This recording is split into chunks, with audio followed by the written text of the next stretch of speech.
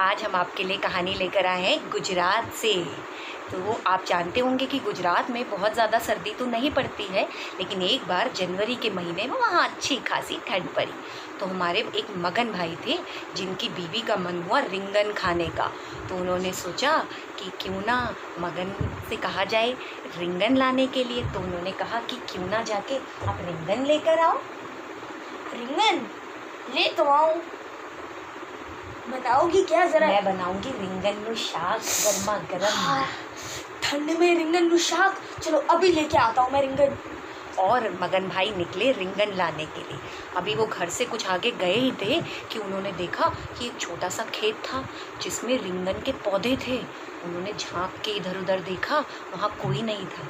छलांग लगा के वो अंदर गए और वहाँ जाके क्या किया उन्होंने, अरे ऐसे रिंगन ले लेता हूँ, लेकिन अब बिना पूछे किसी से लेना अच्छा नहीं लगता।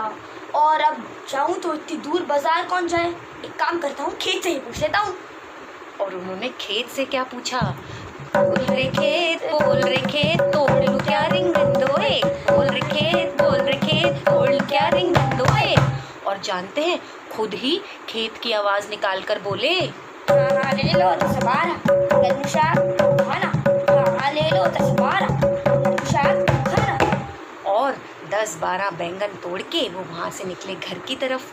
घर पहुँच के उनकी बीवी ने गर्मा गर्म रिंगन नु शाक बनाया। दोनों ने खाया चटकारे ले लेकर मज़े से। और एक हफ्ता बीत गया। अगले हफ्ते फिर से उनकी बीवी ने बोला कि अगर आप फिर से वही नरम नरम रिंगन ले आए तो मैं रिंगन नु भरतू बनाऊं। तो उन्होंने कहा हाँ अभी ले आता हूँ। उन्हें तो पता ही था कि अब ज़्यादा दूर तो जाना नहीं है। और वो फिर से घर से निकले और इधर उधर झांक के लगाई छलांग खेत में। और फिर से खेत में जाके खेत से पूछा, बोल रे खेत तोड़ लूं क्या रिंगन दो एक, बोल रे खेत तोड़ लूं क्या रिंगन दो एक। और फिर से खेत की आवाज़ में बोले, हाँ ले लो 10-12 रिंगन शाक खाना। हाँ ले लो 10-12 रिंगन भरतू खाना। और फिर से उन्होंने रिंगन तोड़े। जब वो बाहर निकल के जा रहे थे तभी खेत के मालिक ने पीछे से देख लिया और उन्होंने जैसे ही आवाज़ लगाने की कोशिश की, हमारे मगन भाई तो वैसे ही मगन थे, छलांग लगा के वो निकल लिए। घर जाके गर्मा गर्म रिंगन नु भरतू खाया और दोनों ने चटकारे लिए फिर से। अब क्या हुआ कि खेत का मालिक भी चौकन्ना हो गया था और 2-3 दिन बाद फिर से उनका मन हुआ हमारे मगन भाई का कि फिर से रिंगन खाएं। और उन्होंने इस बार खुद ही कहा कि इस बार में हम रिंगन नु भाजू खाएंगे। हाँ तो ले आओ नरम नरम ताज़े ताज़े रिंगन। अब लाते हैं हम। और फिर से वो निकले खेत की तरफ और इधर उधर झांक के छलांग लगाई खेत में। अभी वो खेत से पूछने ही वाले थे कि पीछे से खेत के मालिक ने आके उन्होंने पकड़ लिया और बोला, क्या कर रहे हो, तुम्हें रोज़ मुफ्त के रिंगन खाने की आदत पड़ गई है। ऐसी बात नहीं है सेठ जी, मैं तो पूछ के लेता हूँ रिंगन। पूछ के? किससे पूछ कर लेते हो? खेत तो मेरा है ये। तो क्या हुआ, खेत आपका है, मैं तो खुद ही खेत से पूछता हूँ। खेत से कैसे पूछते हो भला? अभी दिखाता हूँ।